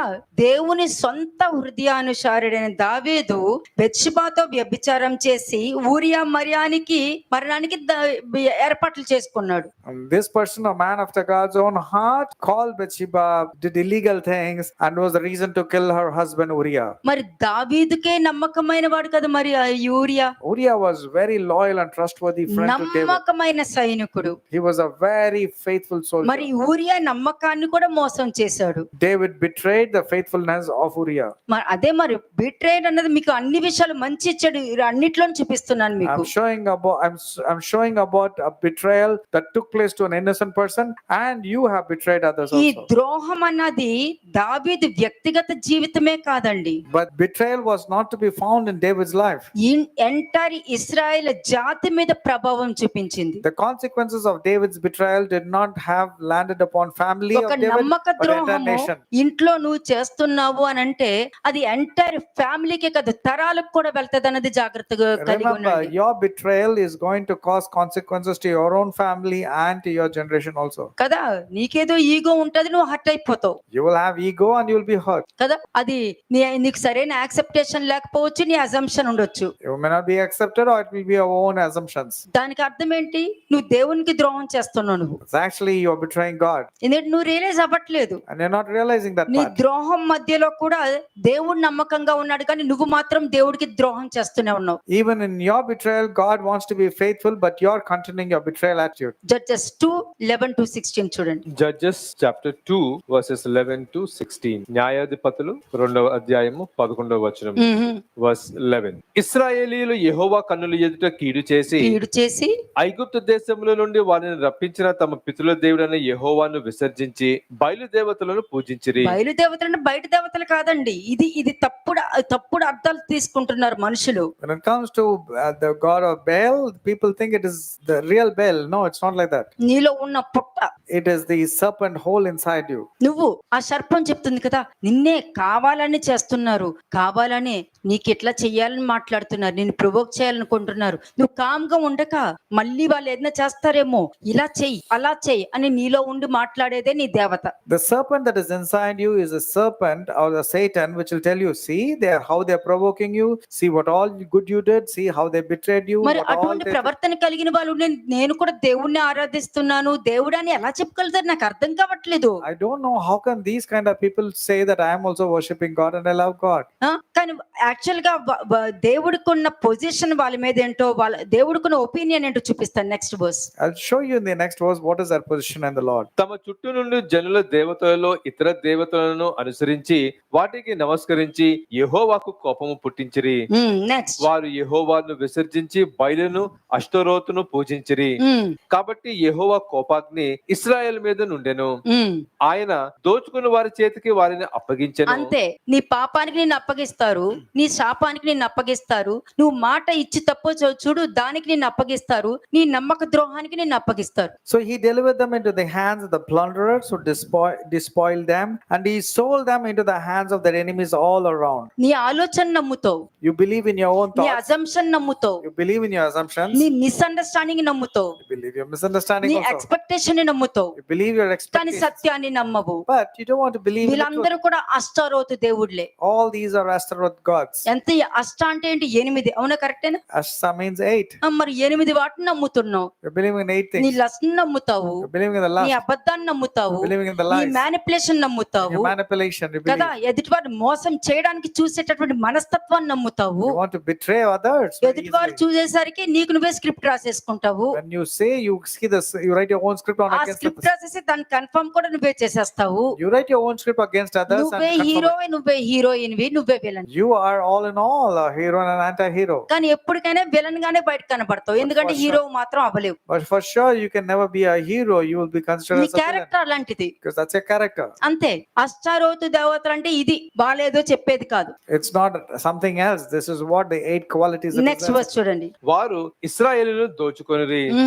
ఆయన వారి చుట్టూనున్న వారి శత్రువుల చేతికి వారిని అప్పగించను గనుక వారు తమ శత్రువుల ఎదుట నిలవలేకపోయిరి. అంతే. నిలవలేరు. వాళ్ళు ఎన్ని మాటలైనా ఉండనియండి, కానీ నిలవలేరు. They cannot stand in front of the enemies. నిలవలేరు, వాళ్ళు వర్ధిల్లలేరు. నేను చెప్తున్నా, ఎందుకంటే క్రీస్తు యొక్క రక్తము వాళ్ళని వర్ధిల్ల చేయదు. They cannot stand before the enemies and they can never be prosperous because what they've done to the blood of Jesus Christ. Next verse. యెహోవా వారితో చెప్పినట్లు యెహోవా వారితో ప్రమాణం చేసినట్లు వారు పోయిన ప్రతి స్థలమున వారికి బాధ కలుగు చేయుటకు యెహోవా వారికి శత్రువాయను గనుక. అయిపోయింది. నువ్వేమో దేవుడు వాక్యం పట్టుకుంటున్నాను, నాకు దేవుడు ఉన్నాడు, దేవుడు తప్ప ఇంకేమీ లేదు, నేను వాక్యం చెప్పగలుగుతా, దేవుడు నాతో మాట్లాడతారు అని అంటున్నావు. ఇక్కడేమో దేవుడు ఏమంటున్నారు? నేను నీకు శత్రువుని అని అంటున్నారు. You are claiming and saying you have the word of God with you and you are living in it. But here God is telling that I am going to be your enemy. కదా. 20 వచనం చూడండి. Verse 20. కాబట్టి యెహోవా కోపాగ్ని ఇశ్రాయేలు మీద మండగా ఆయన ఇలాగ సెలవిచ్చెను.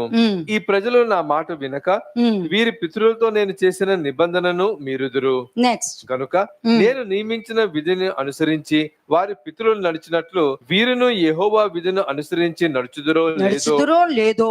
ఆ జనము వలన ఇశ్రాయేలును శోధించుటకై ఉమ్, యెహోషువ చనిపోయిన కాలమున శేషించిన జనములలో ఏ జనమును వారి ఎదుటి నుండి నేను వెళ్ళగొట్టను. అంతవరకు 23వ వచనం. వర్స్ 23. అందుకు యెహోవా ఆ జనులను యెహోషువ చేతికి అప్పగింపకయు శీఘ్రముగా వెళ్ళగొట్టకయు మాని వారిని ఉండనిచ్చెను. అంతే, పశ్చాత్తాపపడడానికి ఒక అవకాశం ఇంతవరకు. That means it's a chance for you to repent. There's కానీ only one వాళ్ళ chance. మీద మాత్రం కనికరం లేదు But there is no mercy upon them. కదా, వాక్యం చెప్తుంది. That's what the word says. క్రీస్తు యొక్క రక్తం మాట్లాడుతుంది, The blood of Jesus is క్రీస్తు speaking. యొక్క శరీరం మాట్లాడుతుంది. The body of Christ is speaking. ఒక్క సంవత్సరం అన్నది సంవత్సరం అయిపోతుంది Year after year is passing by. కదా. మీకు ఒక పాయింట్ చూపిస్తానండి. లూక్ 17 verse 1 to 4 వర్సెస్ చదవండి. Luke 17 verses 1 to 4. లూకా సువార్త 17వ అధ్యాయము మొదటి 4 వచనములు. ఆయన తన శిష్యులతో ఇట్లా నేను అభ్యంతరములు రాకపోవట అసాధ్యము కానీ అవి ఎవరి వలన వచ్చునో వానికి శ్రమ. అభ్యంతరములు అంటే మనము మన పనులేవో చూసుకుంటూ మనం కామ్ గా ఉన్నా కూడా రెచ్చిపోతూ ఉంటారు. Now, when you do your own work, people still want to instigate you. This is what is called as offending నమ్మక others. ద్రోహం చేసే అలవాటు ఉన్న వాళ్ళు ద్రోహం చేయడానికి ఇష్టపడతారు, నమ్మకంగా ఉండడానికి ఇష్టపడరు. But people who are known for betrayal can never be loyal. They always want to betray others. నమ్మకంగా ఉన్న వాళ్ళకి బాధ కలిగిన వాక్యము ఇలా చెప్పినప్పుడు వాక్యాన్ని యాక్సెప్ట్ చేస్తారు, కానీ నమ్మక ద్రోహం చేసిన వారికి వాక్యం చెప్పిన ద్రోహానికే వెళ్తారు. Now, when a betrayer will always would like to betray others, but the people who want to receive the word of God, they will stay far away from betraying others. Second verse. వారి చిన్నవారిలో ఒకరిని అభ్యంతరం కలుగు చేయుట కంటే వాని మెడకు తిరుగుడు రాయి కట్టబడి సముద్రంలో పడిద్రోయబడుట వానికి మేలు. నెక్స్ట్. మీ విషయమై మీరే జాగ్రత్తగా ఉండుడి. నీ సహోదరుడు తప్పిదము చేసిన ఎడల జాగ్రత్తగా వినండి.